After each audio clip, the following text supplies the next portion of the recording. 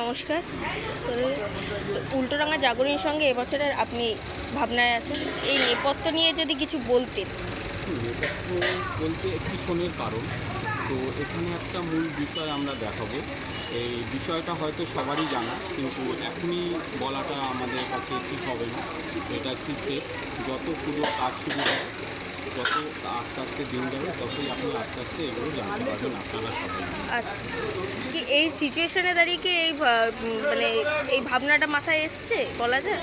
না, সিচুয়েশনটার সাথে, বর্তমান সিচুয়েশনের সাথে নেপথ্যের কোনো মিল নেই। তো আমাদের এটা সময় বা পরিস্থিতির কারণে বর্তমান সিচুয়েশনের সাথে এখন এটা মিল চলে এসেছে, কিন্তু ব্যাপারটা আমাদের পুরোটাই নেপথ্যে, মানে পুরো আলাদা ভাবনার সাথে কি মূর্তির কোনো মণ্ডপের প্রথম গেটের ওখান থেকে শুরু করে একদম মূল ঠাকুরেরও চমক আছে এবছর জাগরণে। আচ্ছা, মানে ঠাকুরের সাথে ভাবনার সম্পূর্ণ চমক রয়েছে। আচ্ছা, থ্যাংক ইউ দাদা, অনেক অনেক ধন্যবাদ।